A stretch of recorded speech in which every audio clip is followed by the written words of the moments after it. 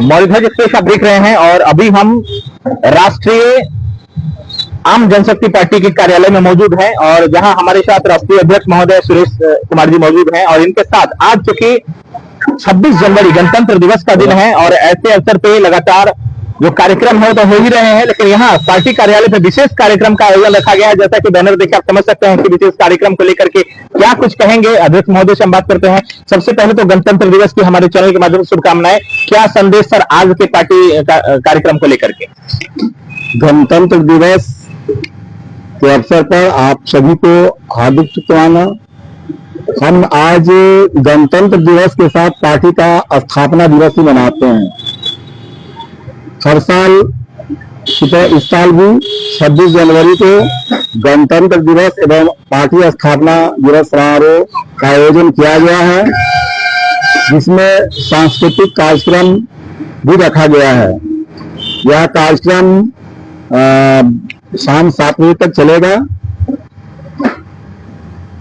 Party का main मकसद है कि जो वंचित तबका है, जो वंचित वर्ग है, जो नीचे पायदान पर है, जो भूखे, बेकारी, गरीबी, लाचारी, बीमारी से त्रस्त है, जो इससे निकलना चाहता है और निकल सकता है, लेकिन सत्ता में बैठे हुए चंद लोगों के गलत मानसिकता के कारण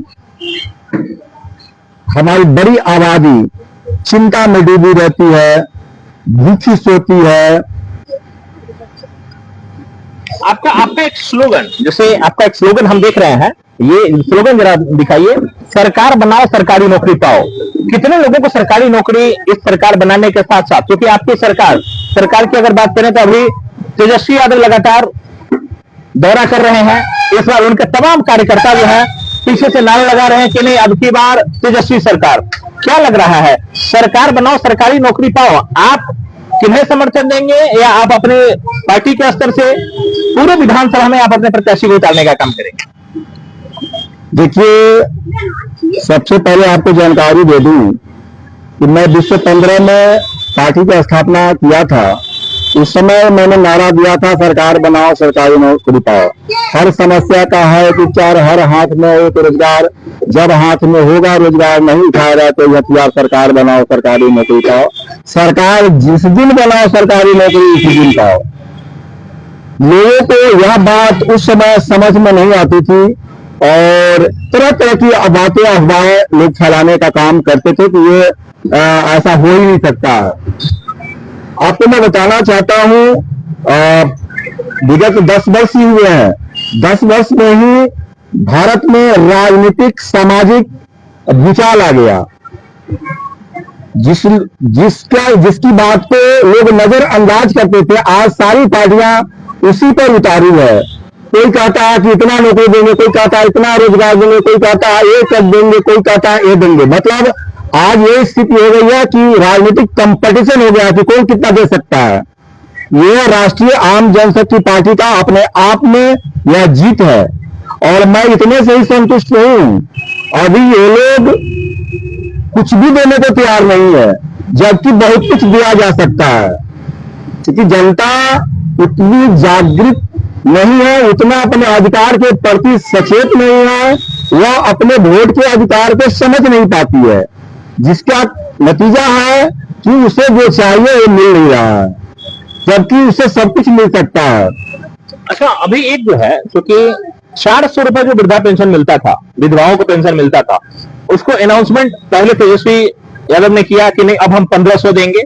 महिलाओं के लिए विशेष योजना लाए, माई बहन योजना, जिसमें 2500 रुपए उनको मिलेगा। इसको कैसे देख रहे हैं कि वास्तव में अभी चूंकि अब नीतीश कुमार ने भी अनाउंसमेंट किए हैं कि नहीं, वास्तव में विधवा पेंशन कम है, वृद्धा पेंशन कम है, इसको 1000 किया जाएगा और तेजस्वी यादव कह रहे हैं कि 1500 जो हमारी सरकार बनेगी अगले महीने से ही लागू हो जाएगा। जैसे अभी फुलपरास में एक आयोजन था कर्पूरी जी की जयंती के अवसर पे, वहां भी उन्होंने बड़ा अनाउंसमेंट किया। कैसे देखते हैं इस राजनीतिक पहलू? बिल्कुल, ये राष्ट्रीय हमारी सोच के थोड़ा सा अनुरूप है, इससे बड़ा किया जा सकता है। ये कोई बड़ी चीज नहीं है। कोई भी राजनीतिक पार्टी अपने बाप के घर से नहीं देगा। ये हमारी सत्ता की व्यवस्था बोलता है कि कुछ भी किया सकता है जनता के लिए। बल्कि जनता के प्रति वह नेता जवाबदेह हो, देश के प्रति जवाबदेह हो। ये कुछ भी आ सकता है। ये छोटा सा नमूना है। ये अभी मैं पहले ही बोला हूं कि देने की होड़ मची हुई है। कभी पिछले चुनाव में तेजस्वी ने कहा था कि एक कलम से 10 लाख हम सरकारी नौकरी देंगे, तो तेजस्वी यादव को सभी पार्टियों ने गाली देना शुरू कर दिया, जो भी विपक्षी पार्टियां थी। कहा कि अपने बाप के घर से देगा क्या। फिर कुछ ही घंटे में या दिनों में जो पार्टी गाली दे रही थी वो कहने लगा कि मैं अब 10 लाख हो देगा, मैं 20 लाख दूंगा। तो मतलब ये कंपनी कोई भी अपने बाप के घर से तो देने वाला नहीं है। सभी ये हमारे ही पैसे हैं, जनता के पैसे हैं, देश का पैसा है। तो ये व्यवस्था बोलता है कि जो देश का शासक है, किसी देश का शासक, प्रधानमंत्री या किसी प्रदेश का मुख्यमंत्री अपने जनता के सपनों को, उसके इरादों को, उसके बेरोजगारी को, उसकी गरीबी को दूर कर सकता है, उसके सपनों को पूरा कर सकता है। कोई बड़ी बात नहीं है। अच्छा, एक सवाल हमारा आपसे, 17 महीना बनाम 17 साल की तो खूब चर्चा हुई। आपसे अगर पूछें कि सरकार नीतीश कुमार पे लगातार 20 साल से है, हालांकि पहले जंगल राज की या इसकी चर्चा हुई, दोनों के साथ रहने के बाद आपसे अगर पूछा जाए एज ए राष्ट्रीय अध्यक्ष कि वास्तव में नीतीश कुमार की सरकार सबसे बढ़िया किसके साथ चली, आरजेडी के साथ या बीजेपी के साथ? देखिए, इस पचड़े में पड़ने से कोई फायदा नहीं है, न कोई फायदा होने वाला है। ये मैं राजनीतिक परिवर्तन का फायदा जरूर आम जनता को मिल रहा है, इसमें दो राय नहीं है। लेकिन जितना फायदा आम जनता को मिलना चाहिए वो अभी तक नहीं मिल पाया है। लोग बैकवर्ड फॉरवर्ड का नारा देते हैं, ये बहुत दूर की बात हो गया। आज लगभग 35 वर्षों से किसरों का सरकार है, इसको किसने रोक रखा है कि आप सबसे ज्यादा नंबर आप किसको देंगे, बीजेपी के सरकार वाले को या आरजेडी के सरकार के साथ वाले? देखिए, सभी लोग बराबर हैं। मैं एक आदमी को जरूर श्रेय दूंगा कि उन्होंने सामाजिक परिवर्तन लाया, एक सिर्फ लालू यादव है। लालू यादव ने बहुत काम नहीं किया, लेकिन सामाजिक परिवर्तन लाया, सामाजिक समरसता लाया। बाकी कोई काम नहीं हुआ। काम करने की जरूरत है। जो जनता भूखे नंगे बेकार घूम रहे हैं, उसे रोजगार देने की जरूरत है, उसे ऊपर उठाने की जरूरत है। जो 2025 विधानसभा चुनाव में राष्ट्रीय आम जनशक्ति पार्टी की क्या मुख्य रूप से भूमिका होगी? कितने सीटों पर चुनाव लड़ेंगे या अलायंस में रहेंगे?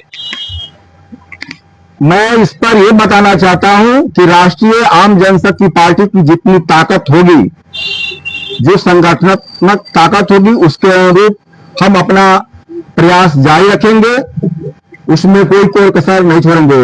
रही अलायंस की बात, तो तत्काल में मैं अपना स्थिति देखूंगा और जो उसमें बेहतर काम करने वाला होगा उसके साथ मैं खड़ा रहूंगा। जी, बहुत बहुत धन्यवाद सुरेश जी आपको।